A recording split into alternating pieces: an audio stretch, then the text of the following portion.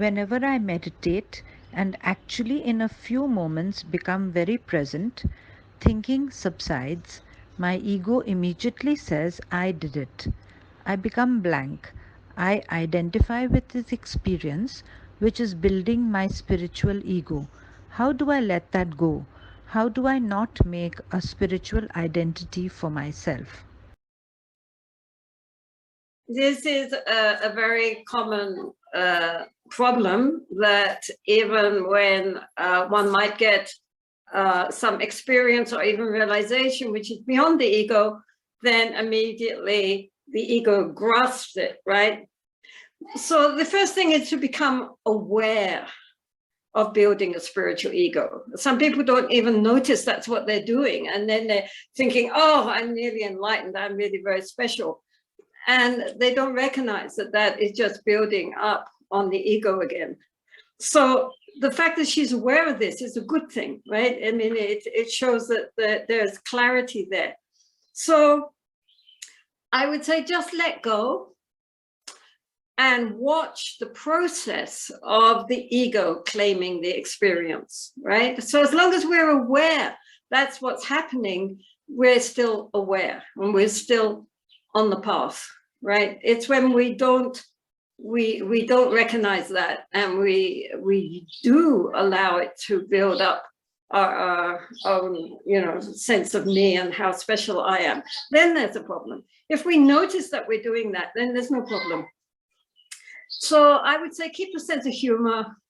Just look at how cunning the ego is to exploit all our Dharma efforts, right? And then just let it go and just watch it, just be aware. And as long as we are aware, then that is still straight on the path. So don't worry, just look at it and see it's normal.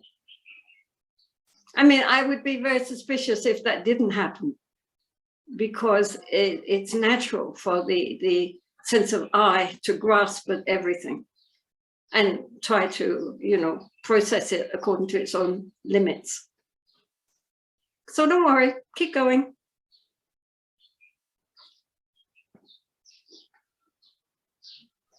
Thank you. Second question. When someone hurts you in any way and asks for forgiveness, you do forgive, but find it hard to forget. How can one try to forgive and forget? I would say maybe we cannot forget, but we can still forgive, right? Forgiving doesn't mean that we condone the actions, right? It simply means that we let go of that resentment that we feel, and that we accept that they committed these negative actions under the influence of delusive emotions like anger and greed and jealousy and so forth. So we accept that they did that, and really, how sad that they would act in that way. I mean, so we don't need to hold on to our resentment, because our resentment hurts us. It doesn't hurt them. So it's not a very helpful emotion for us to keep hold of that. It's a burden for our own mind, but the original cause of our resentment is not affected by that.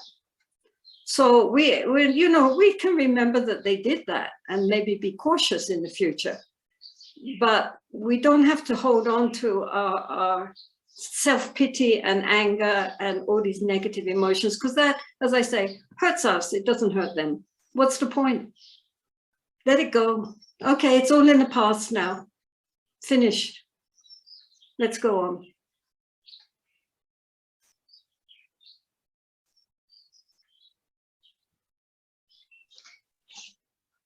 Right, thank you, Jetsma. The next question. May I achieve enlightenment in order to liberate all sentient beings? My question is based on this vow. I have a very mediocre attitude to my own enlightenment. If enlightenment happens, it happens. So how can I even think of liberating other sentient beings? Of course, my attitude is due to causes and conditions. So how can I cultivate confidence in this vow as a new practitioner? I would say that the aspiration for enlightenment for the sake of all beings is like setting your GPS in a car, right? Before setting off on a long journey, right? You want to go to Delhi or Darjeeling, let's put you far. You're planning to go to Darjeeling. So you set your GPS for Darjeeling. But then, so that's your desire, that you hope eventually you're going to end up in Darjeeling.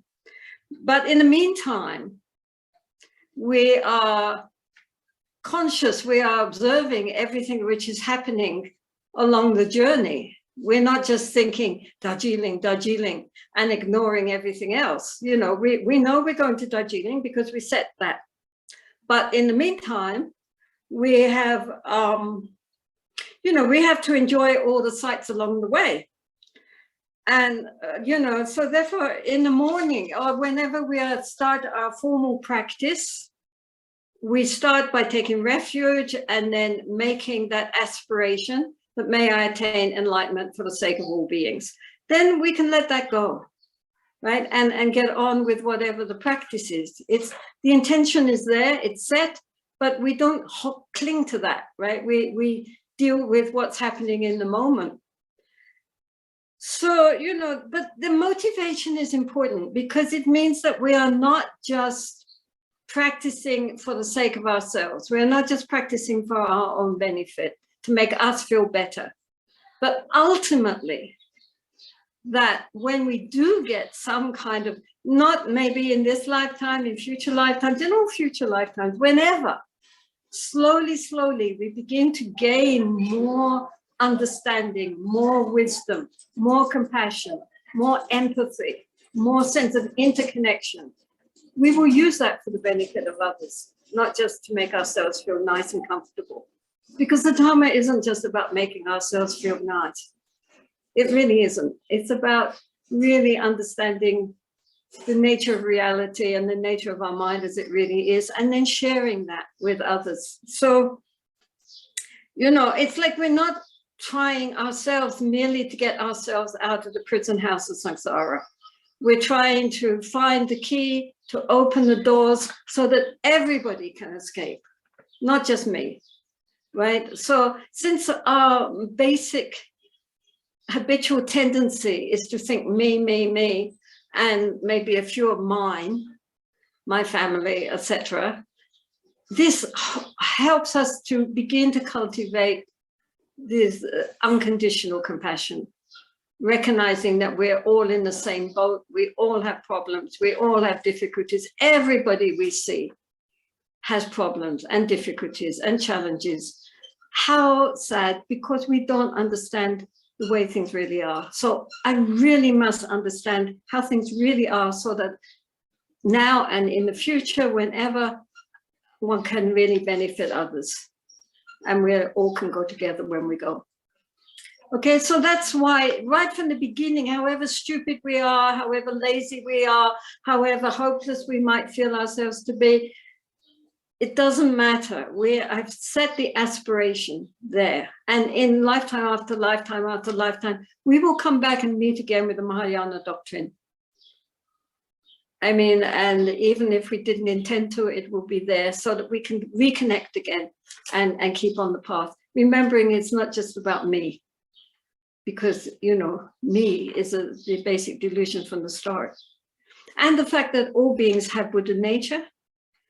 And so all we are trying to do is to reveal what is already present, but which we don't recognize. Okay, so right from the start, we should train ourselves to think about others, not just ourselves, and especially when we are practicing.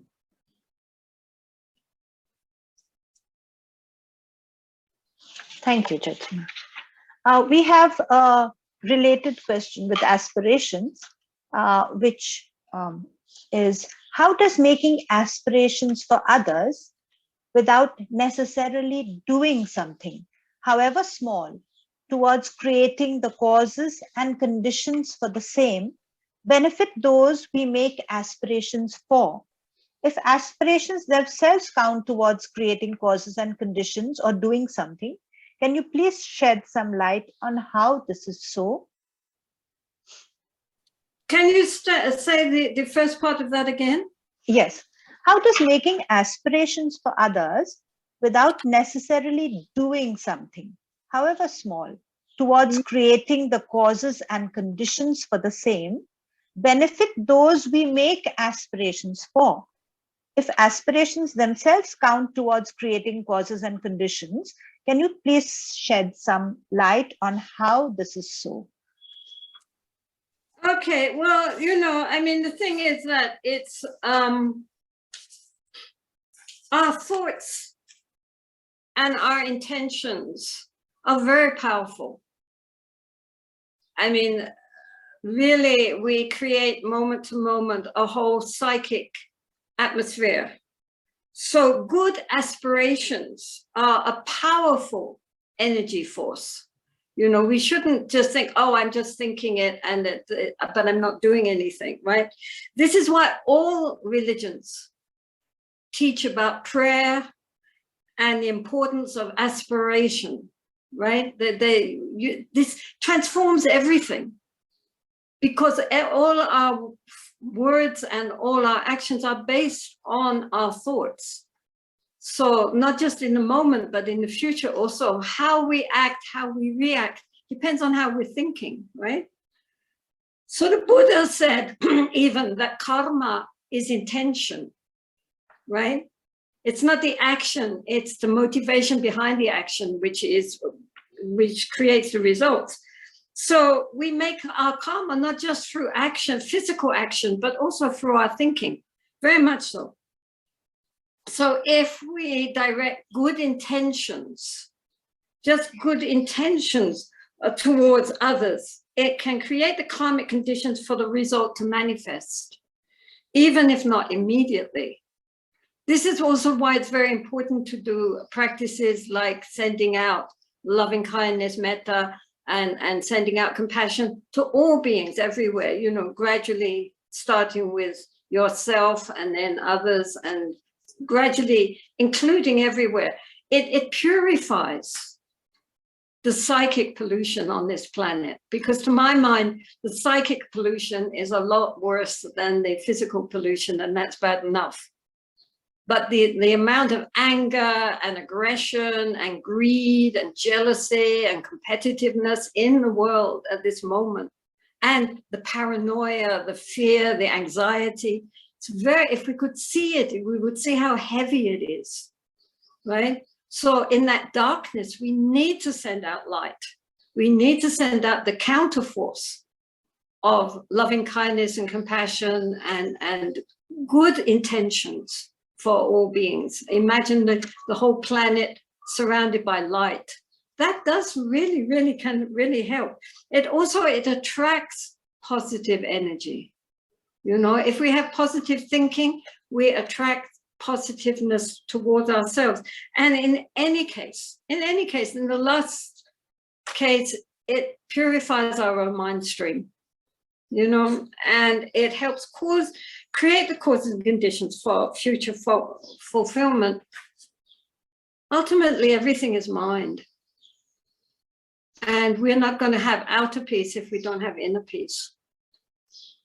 So if there's no, it might not look like much is happening, but actually a whole transformation is occurring. If only all human beings could deal with their minds and purify their minds and cultivate some love and compassion and kindness instead of aggression and anxiety and paranoia, this would be a different planet.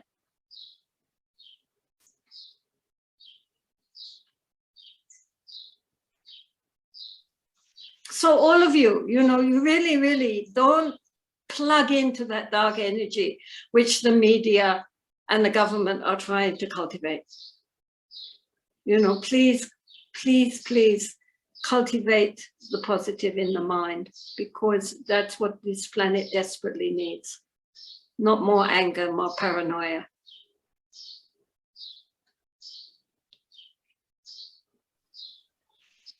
Thank you, Jyotsna.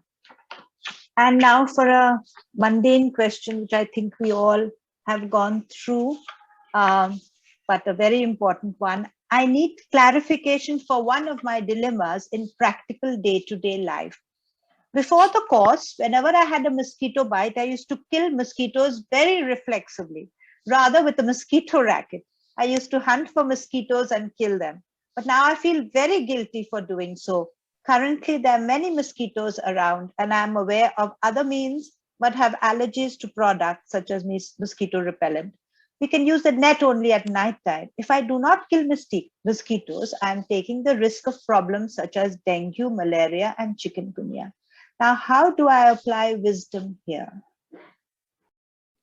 Well, I mean, of course, this is a problem that everyone faces, especially in the tropics, but also in other areas too, dealing with mice, dealing with cockroaches, dealing with all sorts of sentient beings that we don't particularly want around us.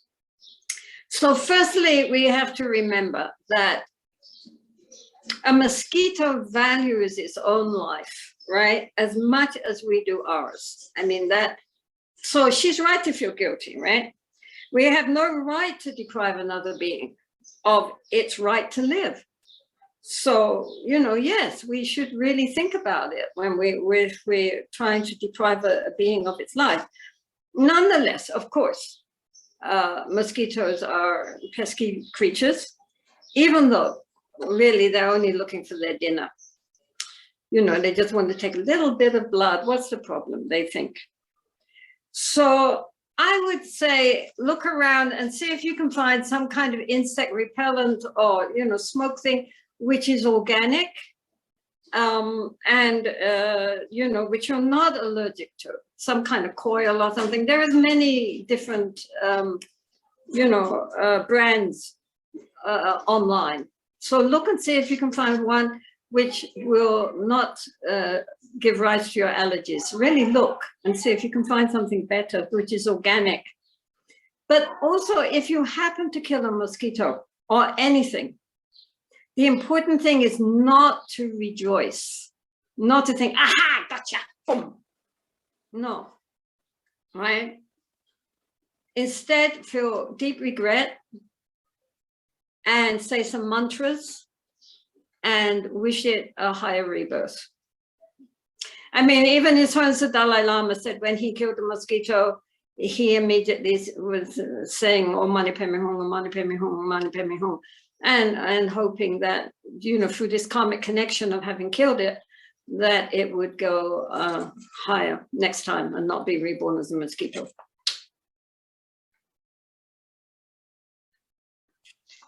Thank you, Jyotsna. Very valuable advice. The next question is, how do we show kindness and compassion to someone who refuses to respect your personal boundaries?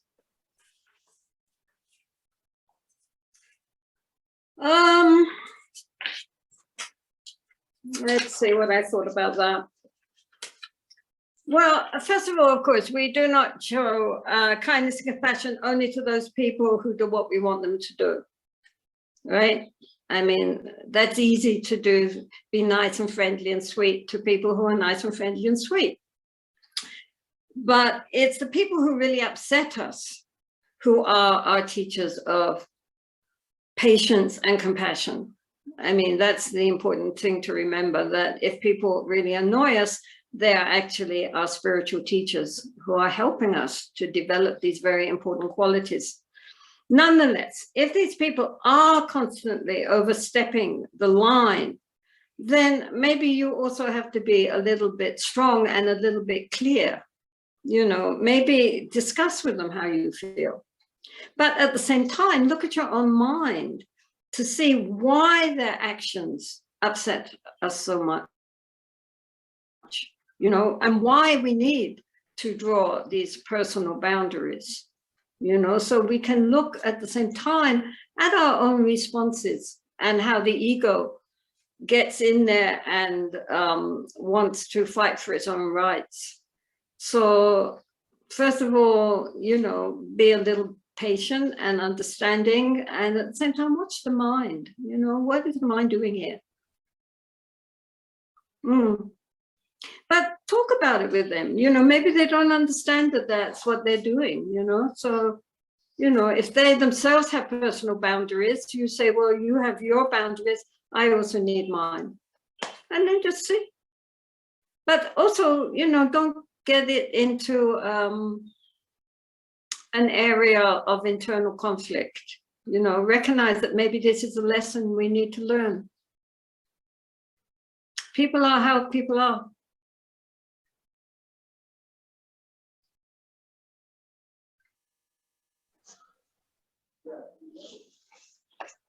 Yes, Chaitanya. The next question is also related a bit. How do you rejoice for someone you feel jealousy for? It doesn't feel genuine to pretend not to be jealous. Well, of course, here the problem is jealousy, right? So it's good if someone makes us feel jealous, because then it gives us the opportunity to practice mudita, which is such a beautiful word and such a beautiful meaning. It means that empathetic joy in the, all the pleasure that someone else has in something that makes them happy, right? Even if I want that thing for myself, or I want that person for myself, right? Instead of looking at this selfish, self-cherishing mindset, we can look at it with clarity. If this feeling of jealousy comes up, we can look at it with clarity, we can see it, but at the same time with friendliness.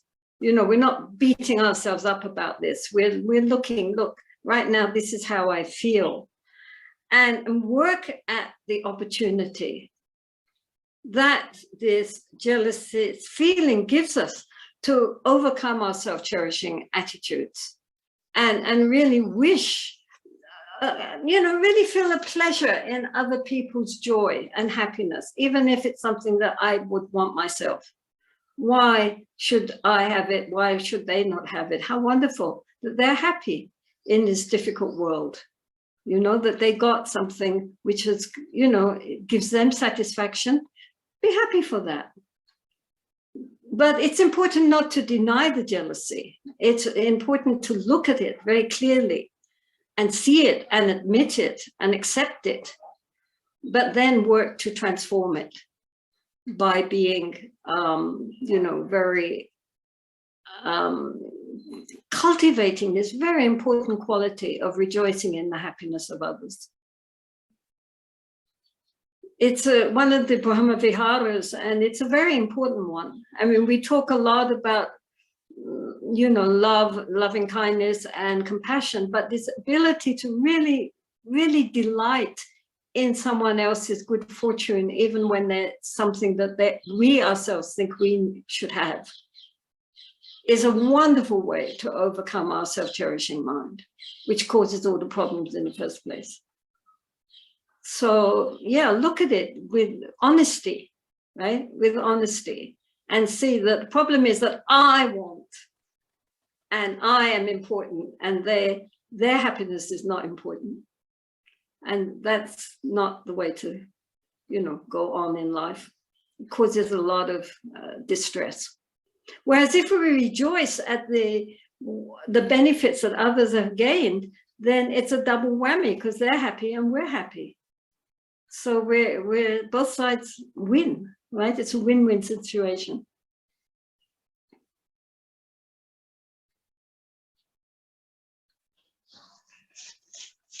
Yes, Jyotsna, thank you. The next question. Today, there are many alternative or healing modalities for mind, body, and soul. And each of this, some or the other way, uses anchors. For example, something wrong with chakra, something from the past lives, etc. And then you work towards healing or letting go of them. Is this real, or is the acceptance of behavior, action, circumstances easier for us if we externalize the blame on past trauma, life, chakra, etc.? Isn't it then that we are still shying away from taking responsibility for our actions? What would you advise us on how we can work on ourselves? Well, I mean, one thing is that the point of all these therapies deal with specific problems here, specific problems which we come up with here, and then later something else will crop up over there, right? So it's endless, right? The point finally is to untangle the knot. Our belief in this solid, enduring self that is at the center of everything. That's the problem. The real problem is our ego-clinging mind. So once we see nakedly into the essential empty nature of our ego delusion, then the knot unravels of itself. They say it's like a snake, which you tie in a knot, leave it alone, it will unravel. And so the problem is always our delusion as to our true identity. So this is why meditation is important, because what we're trying to do is to see beyond the ego, to see how the ego manifests, and to see from where the ego arises, which is our primordial awareness. I mean, and so otherwise we're just dealing with the clouds, but we're not dealing with the sky. And so we need to come back and, recognize the nature of the sky and not get so involved in all the cloud forms and the rainbows and the lightning and thunder. So meditation basically is to recognize the true nature of the mind, of our consciousness, our non-dual consciousness, because all these other things are still within the realm of duality of subject and object. But the true nature of the mind is beyond subject and object and is the foundation from which everything else arises. But sometimes it's helpful, if people find it helpful, then, nothing against it, but it doesn't get to the crux of the problem.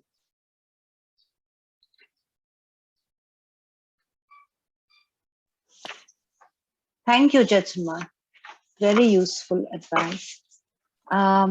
There is a question from Maggie. She says, "Hi, Jetsunma, heartfelt greetings. I just wanted to ask, how does one maintain daily practice when one is in pain, physical discomfort, or general disruption of normal life?" Well, the Buddha said there are two kinds of suffering. There's physical suffering and there's mental suffering, right? So physical suffering, we all have to endure at some time because we have a body. We have a body made up of the four elements. And so sometimes they're not going to be in balance and we're going to suffer. So that is unavoidable. And then there is the mental suffering, which we add, which is our aversion to the physical suffering, right? We have a headache and we don't want a headache. We have a backache, we don't want a backache, right? So we're very sick and we don't want to be sick. We have this aversion to being sick. So that is a double, right? That we have the physical pain that is sometimes unavoidable. But the mental suffering, that is not unavoidable. That is our choice. Right? We can have physical pain and not allow it to disturb the mind. It's up to us whether we identify with that pain and feel upset and miserable, right? So we are not our body. This is the important thing. Yes, we have a body. The body is like, in the text, it says a body is like a hotel room. We've rented it out for a short period, but then we're occupying it for a short time, then we have to abandon it and find another hotel room. So our main practice should be awareness and kindness, general kindness. And that should not be disrupted by our physical condition. You know, we don't need to, even if we have physical discomfort, we don't need to allow that to disturb the mind. We can just be aware, yes, I'm right now feeling very uncomfortable or even in a lot of pain. If the pain is acute, we can even use it as a focus of meditation, you know, watching the sensations of the pain. I mean, sometimes I mention how when one time I was in the cave and I was chopping wood and the axe slipped and almost cut my thumb off. I still have a line I can see on my thumb. And so it was pouring with blood. And so I wrapped it in a Tibetan scarf, a white scarf kata, which in those days used to be made of cheesecloth. It wasn't this synthetic silk. In those days, it was very lucky. It was like a bandage. So I tied it very tightly and there was nothing else to do. So I just sat and I observed the pain. And it was very interesting because, you know, we think pain, but actually it was stabbing pain, roaring pain, throbbing pain, all different kinds of feelings going on in that little thumb. It reminded me of an orchestra where you have violins and trumpets and drums and all these different, but they're all playing their own tune, their own rhythm, but it all fits together as a symphony. And so it was fascinating. I wasn't thinking my pain, I was just watching the sensations going on there. And it was actually a very profound meditation.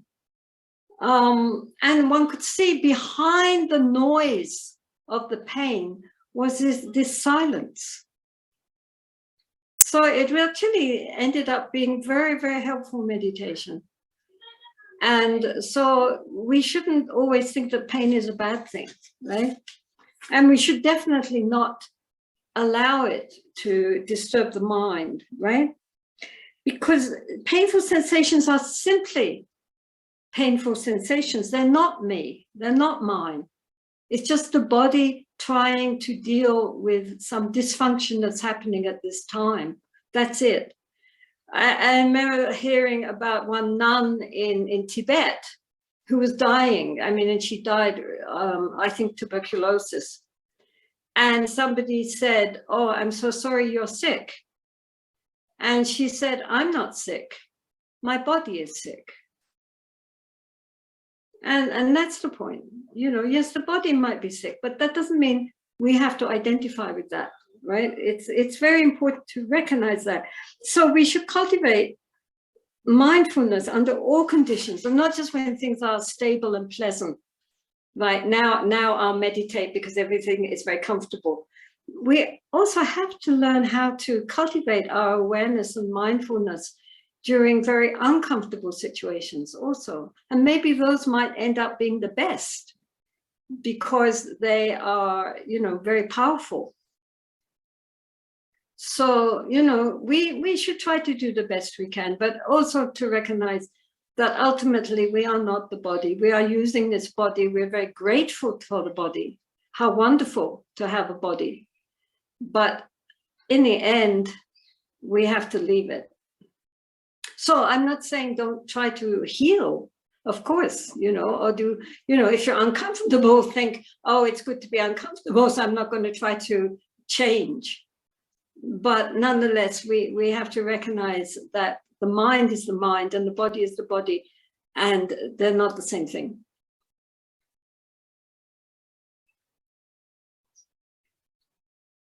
And we're not genuine practitioners. If every time we get something goes wrong or something is difficult, we drop the practice. I mean, practice is like a rope which we're holding on to.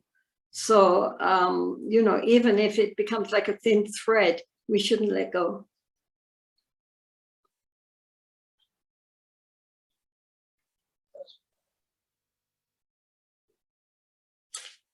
I can't hear you.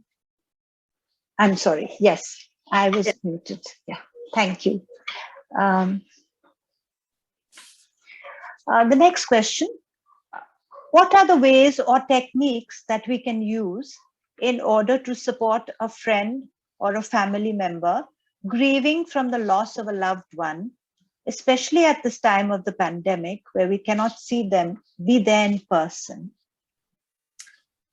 Well, again, a period of grieving at a loss or the ill health of a loved one is very natural and healing. I mean, we shouldn't think that grief is a bad thing.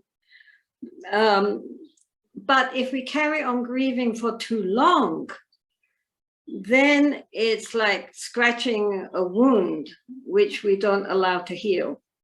So, the initial time of grief and sadness, we can support that, and say, well, we're really sorry, that this has happened. And, but we should make them understand, we should try to help them to understand that everything is impermanent. People tend to hold on and believe that, everything's going to stay the way it is, but it's not true. As the Buddha said, all meetings end in parting. We don't want to believe that, but it's true. And as far as if somebody has died, then I think we have to recognize also that only the body is left behind, but the consciousness carries on like a flowing river. I mean, the consciousness is still there. It's just the body has given up and died. So therefore, if the dead person is reasonably good during life, then they will find themselves in good circumstances. And maybe for them, they are free of the limitations of their physical form. And especially if they were old or if they were sick, it's probably a big relief to let go of the body and be free, and so imagine them. I mean, tell the people to imagine them rejoicing in their freedom. We have to accept that we cannot hold on to others or even ourselves forever. And that's natural, that's right. I mean, we don't go on forever, anybody. So just think that they have gone to a good place and that now they're much better off than they were when they were sick. Rejoice in their freedom, even if it is painful to have to accept the loss. Then perhaps you could encourage them to go on pilgrimage if it's possible. Pilgrimage is very good if somebody close to us has died. First of all, we can go and make offerings and make merit, but also it gets us moving. We're not just sitting there feeling, lost and sad and grieving. It gives us something meaningful and inspiring to do. Or at least they should make some merit by making offerings and donations, maybe to the favorite charities of the ones who have gone on or whatever. It's good to make merit during this time in any way that they can think of and dedicate it to the one who has passed. Basically, just say, I'm so sorry, and just allow them to recognize that this is not the end. This is a new beginning. It's a gate. Death is a gateway to a whole new experience. And if they were recognizably okay people, that will not be a bad experience. It will be a good experience. So rejoice for them and wish them well. Don't think, oh, why did you leave me? Why did you leave me? It's very difficult for the departed. We should say, I loved you very much, but now it's okay for you to leave. That's really very important for them. Otherwise, the departed feels guilty and even tries to hold on, and that's not a good thing at all. So say bye-bye. Loved you. It's okay now. Go on.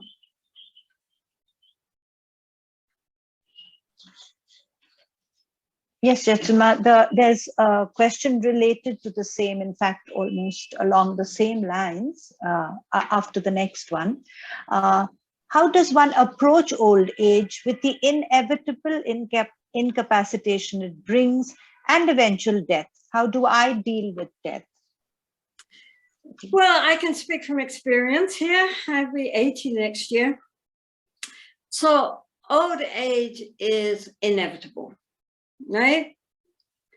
But also we should recognize that nowadays most old people, I mean, all of my friends practically are also reaching their 80s, and they're all very active and doing many, many things and running around. It's much more than in the old days when by the time you were 60, you were an old age pensioner. So as we age, we adapt, you know, I mean, that's the point. It's natural. And it should not be feared or resented, right? So try to keep healthy, well exercised. I'm not that, but it's good if we can keep healthy and well exercised, and we accept that, like worn out clothes, our bodies also wear out. I mean, that's the way it is, you know, old age, sickness, death. I mean, everybody. So likewise, death is natural. And it's a great adventure. I mean, we're going to find out what really happens. Every religion, every philosophy has its own take on what will happen after we die. Now we're going to find out who was right. So, from a Buddhist perspective, leaving aside our old body, our consciousness is now going forwards, carrying along with it our karmic seeds and our habitual tendencies. Everything else we leave behind. And so, by most accounts of near-death experiences, it is not a bad experience. It's very encouraging that people talk who have had very powerful near-death experiences, talk about light, love, and liberation from the physical. And when they come back again, their whole idea of the meaning of life has completely changed. Their whole idea of the purpose of our life here now is totally undermined by these near-death experiences. So they come back much more interested in the spiritual and in living to benefit others. So if one's been reasonably good, I don't think there's anything to fear. You know, only the body dies, and we are not the body. This is very important. You know, the ego identifies very much with our physical form, but we are not just our physical form. The important thing is our consciousness. But in the meantime, we are not maybe so old, and we're not dead. So this is the time for practicing to cultivate the Dharma, really, really, by being more present and aware and more kind and compassionate and getting ready for the time when we will not be able to practice anymore. So we need to be more patient, more understanding, and trying to realize the nature of the mind. This is our time now. Then at the time of death, we can die with confidence, a feeling that we did not waste our lives and that we are now ready to go through that gateway to our new existence, wherever that may be. So really and truly, I don't think we should be afraid.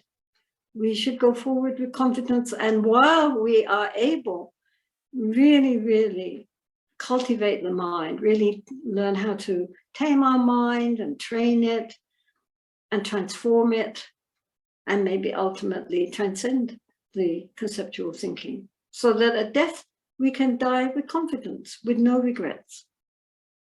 Use our life now while we've got it.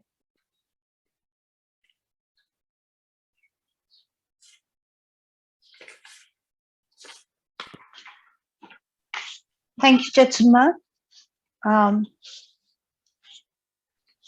Next question. A part of me seems to be content with what I have or focused on the basic needs, but at the same time, there is also a part of me which seems to be more ambitious, with wants to travel, to explore the world physically, own a car, or other assets. How does one find a balance? Can you be aware and yet want these comforts, luxuries? So really, I think it's very important to recognize that it's not the possessions or the desire to own or to travel that's the problem, right? The issue is how attached we are to our possessions or our plans, right? If we lose any possession or our plans go awry, how much do we grieve? That's the question. If we cannot travel to those places, how much are we bothered? It's the clinging aspect which is the problem, right? So we can enjoy nice things and interesting travel, but not be too attached. You know, we enjoy it while we got it, and if it falls apart, so what, right?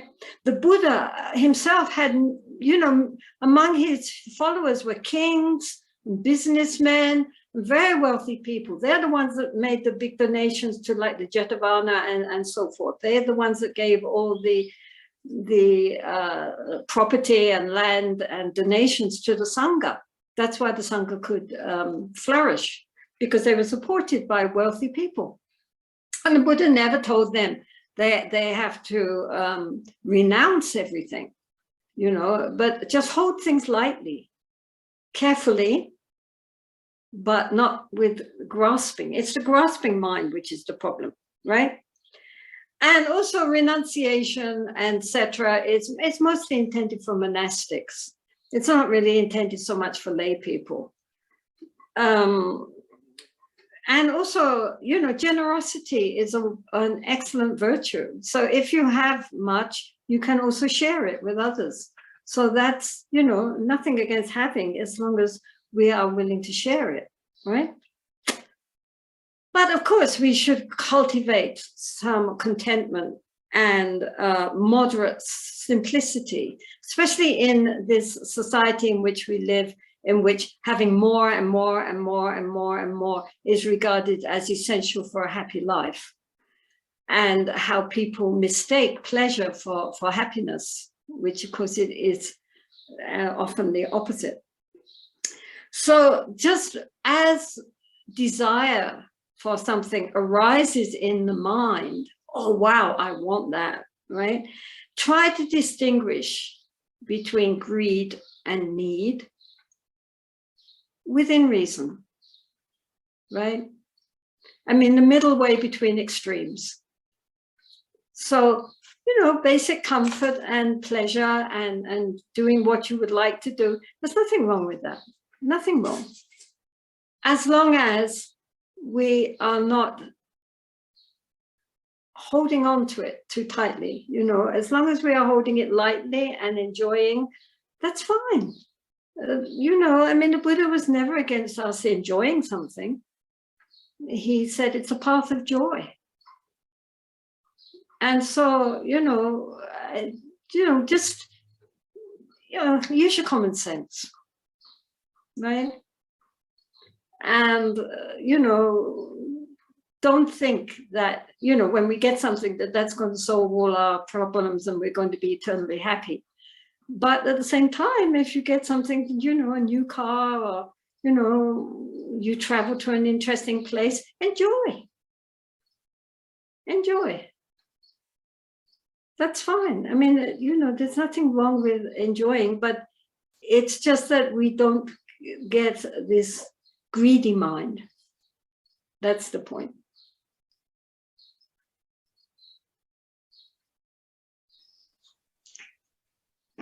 Thank you, Jetsunma. We have a few more questions which have popped up, and one of them is there a thing such as pure evil? Do you think that there are beings that are such, and if so, how to engage with them through skillful means? In Buddhism, everybody has Buddha nature. Even Mara, who is sort of like the satanic principle in Buddhism, even he will be liberated eventually. And in Tibetan rituals, then when, for example, in the Chur ritual where you feed your body to the demons and all the ghosts and ghoulies, it's in order to liberate them, right? Because no, there is no pure evil. However dark the clouds in the monsoon, however heavy the thunder and the lightning, behind it is the clear blue sky. So although there may be people who are very deeply saturated with the negative emotions and do things which are truly, really, like you could say, evil, but still it's not permanent. I mean, even if they go down to the lower realms, eventually they will be liberated. Angulimala, who killed, 999 people, became an arhat in one lifetime. Right? Where was all that heavy, heavy karma of having killed so many people? Gone. And yet, while he was going around killing people, that would certainly seem like a serial killer, right? I mean, really, and totally without compassion. But he became a purified being and entered nirvana, right? So, no. Everyone's essential nature, and not just human beings, but animals and mosquitoes and ghosts and ghoulies and demons, and everyone has basic goodness under it all. The sky supports everything, but the sky is not polluted. That we must believe.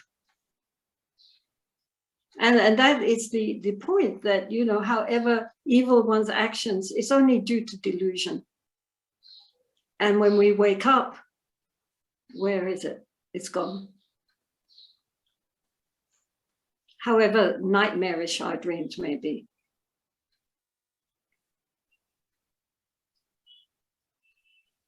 This is why, many people have been writing about this whole Ukrainian invasion.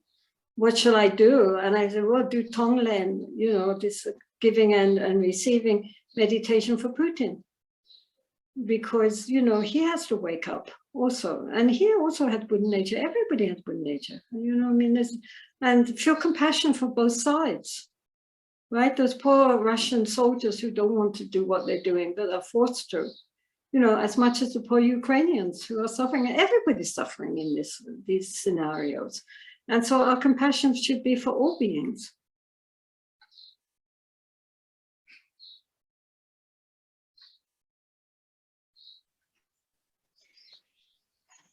And Jetsunman, there's a related question, just what you were talking about. Seeing the war situation in Ukraine and Russia, I don't think we will ever have a conflict-free world. As parents, how can we teach our children to have better conflicts? Because they are the future generation. Yes, I think I did think about that. Hold on.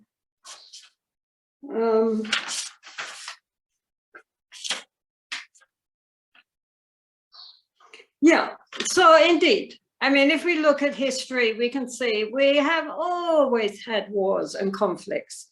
Especially,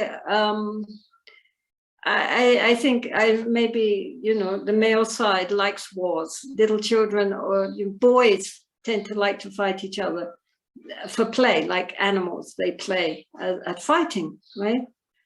Puppies and kittens.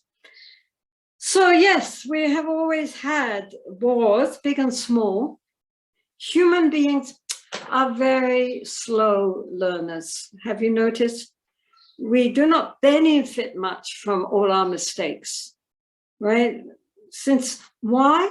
Because we are ruled by our greed and our hatred and our basic delusion, right? And because of that, again and again, in rebirth after rebirth, these habitual tendencies arise. It's not our true nature, but they're very deeply embedded, this pollution in the mind. So therefore, we tend to repeat the same patterns, right?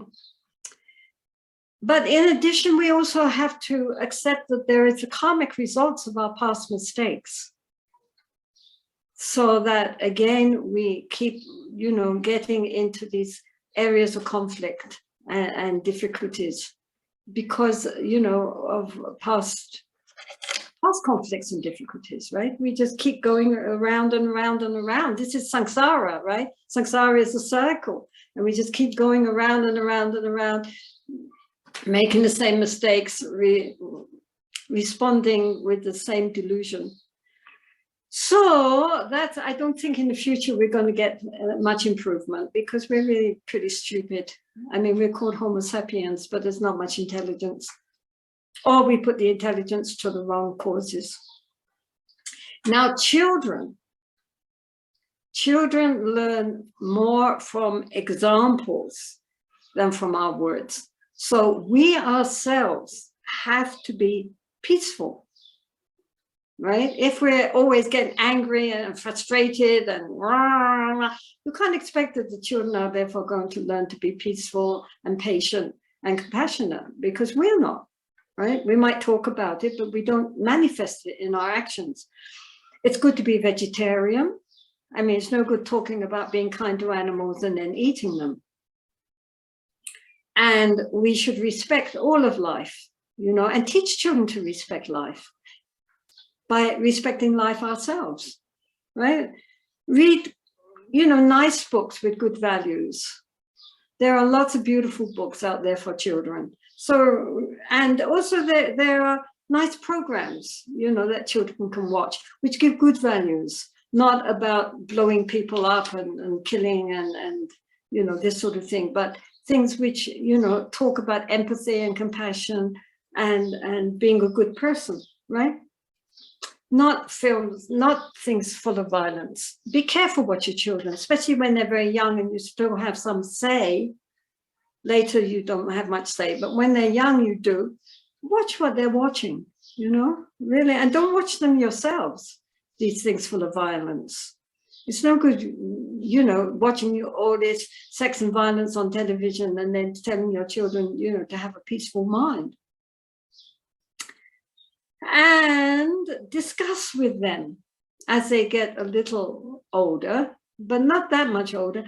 Discuss with them about the state of the world and try to, and the ecology and so forth, and try to discuss with them how they think we could do better. Because up to now, we haven't done very well as human beings on this planet. As you know, we're destroying it. So ask children what they think, how we should go ahead, because they are the future. And, children have a great deal of innate intelligence and clarity. They haven't yet been corrupted too much by society. So they see things very clear. So talk about that with them, treat them like they're intelligent beings, which they are. And maybe they have also brought wisdom from past lives with them. So talk about it. But above all, be a good example, because, it's not words really, it's how we act. That's what children remember, how their parents acted in various circumstances. That's what they carry with them. Yeah, I mean, your poor children, they've got a horrible planet to take up. But at the same time, there is so much goodness in the world, and I think we should not only emphasize what is wrong. I mean, there are beautiful, beautiful people in this world doing beautiful, beautiful things, extraordinary things. And mostly we don't hear about that because the media is focused on what's wrong, on the bad, because that's what sells. But in fact, there is so much goodness in the world and so many beautiful people. And so we should also encourage the children to be aware of that, of the goodness, and use that as their example.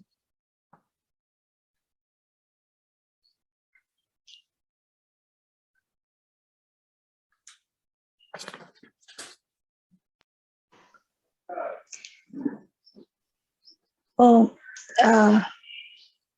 Jetsunma, thank you. I think we don't have any more time for any more questions. But I would request Dr. Mahesh Deokar, who is here, to give you the vote of thanks from all of us. Dr. Deokar. Thank you very much, Ellen. I Thank hope you. I am audible. Yeah.